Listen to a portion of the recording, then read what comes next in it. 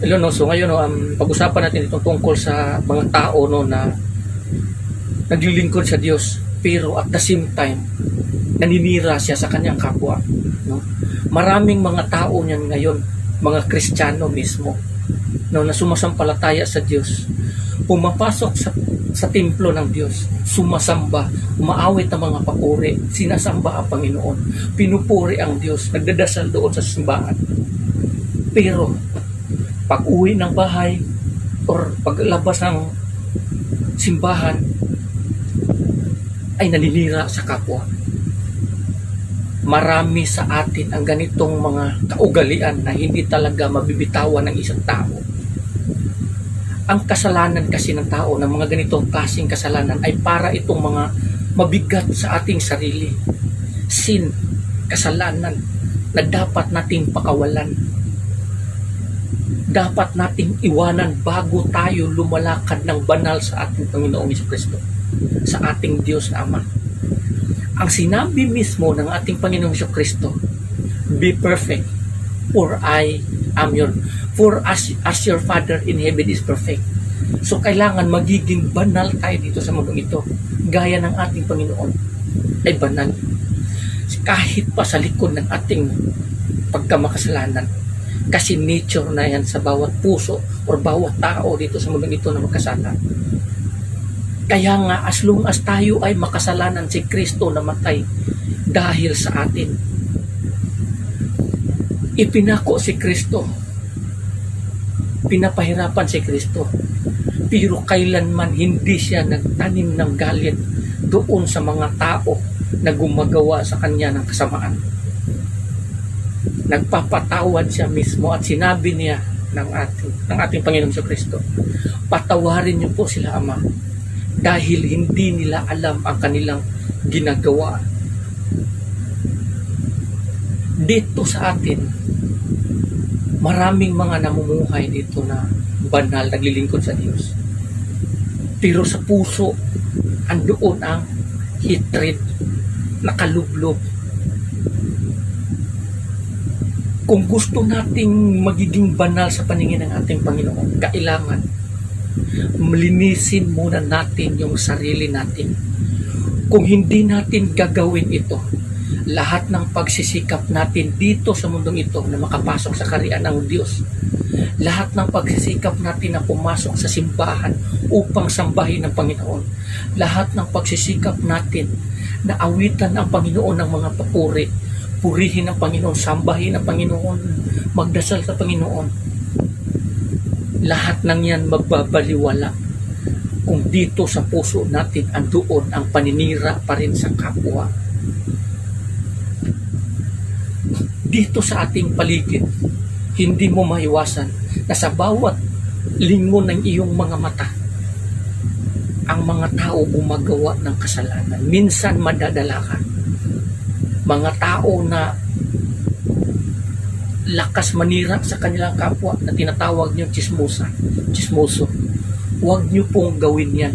Kasi ang ganitong klaseng mga tao, nagiging pain ni Satanas. Hindi mo alam kung ano ang kaparusahan na naghihintay sa kanila pagdating ng araw. Huwag mo nang isunod yung sarili mo or gayahin. Huwag mo nang huwag mo nang gawin ang sarili mo na magiging katulad nila. Especially sa ating mga Kristiyano na naglilingkod sa Diyos. Ang lahat ng mga kautusan, mga salita ng Panginoon nandito sa Biblia mismo.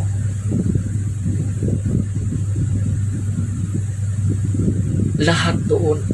Ang ganitong klase, hatred, ang sinabi ng ating Panginoong Jesucristo, kailangan magpapatawad tayo 77 times 7. Magpapatawad tayo sa ating kapwa. Kung ganito ka, naglilingkod sa Diyos, sumasamba ka sa Kanya.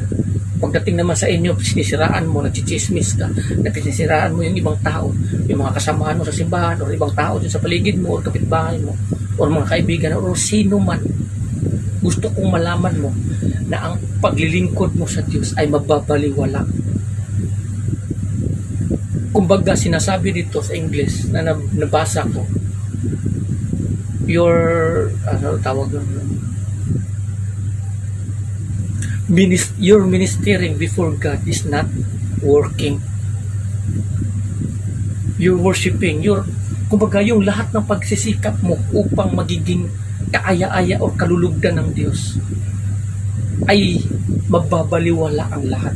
Pumapayag ka ba doon na sa isang kasalanan man lamang, lahat ng pinagsikapan mong itayo ang isang story ng pananampalataya mo sa ating Panginoon, isang kunting bato lang na tinanggal mo, wawasak ang lahat ng pinaghirapan mo. Papayag ka ba doon? Siyempre hindi. So kung hindi ka papayag sa mga ganitong paraan, gawin natin ang mga bagay na kinalulugdan ng Panginoon. Iwasan natin ang mga bagay na tayo ay purihin ng bawat tao. Kundi pagsikapan natin, ang Diyos mismo ang magpupuri sa atin, sa ating ginagawa, na kinalulugdan tayo. Iwasan natin ang paninira kasi ito talaga ang pinaka malaking kasalanan dito sa mundong ito na hindi mawala-wala. Ang hindi pagpapatawad sa kapwa, at ang pangalawa, hypocrisy. Yun. So lagi nating babantayan yung sarili natin. Lagi nating babantayan kasi darating ang Panginoon. Darating si Kristo na hindi natin alam kung kailan, anong oras, sa gabi ba, sa araw, sa hapon. Hindi natin alam. Kaya dito sa mundong ito, kailangan lagi tayong handa. Lagi tayong, kumbaga yung lampara ng buhay natin ay lagi yang nakailaw. Kasi darating yung araw na hindi mo alam, sa pagdating niya, gabi pala, natutulog ka, tapos ka. Yun pala, hindi ka nagbabantay. Yan ang mangyayari sa atin dito. Maraming mga Kristiyano na gumagawa niyan. Kasi nga, inaakala nila na sa mga simbahan na pinapasokan nilang mga kaanib ay maliligtas na sila doon. Pagdating ng judgment, bigla silang itinatapo ng Panginoon doon sa kaparusahan dahil nga sa mga kasalanan na hindi nila napapansin.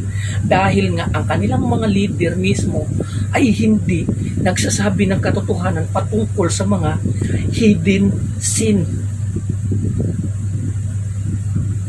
Kailangan ito nating gawin, na bantayan at usisahin ang ating sarili.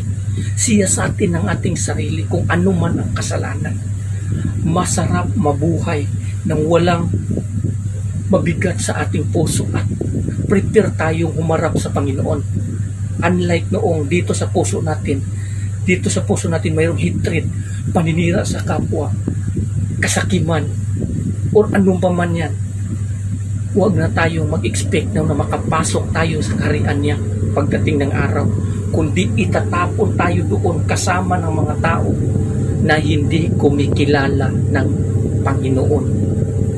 Yan ang mangyayari sa atin dito kung hindi tayo magpapatawad sa mga taong nagkasala sa atin.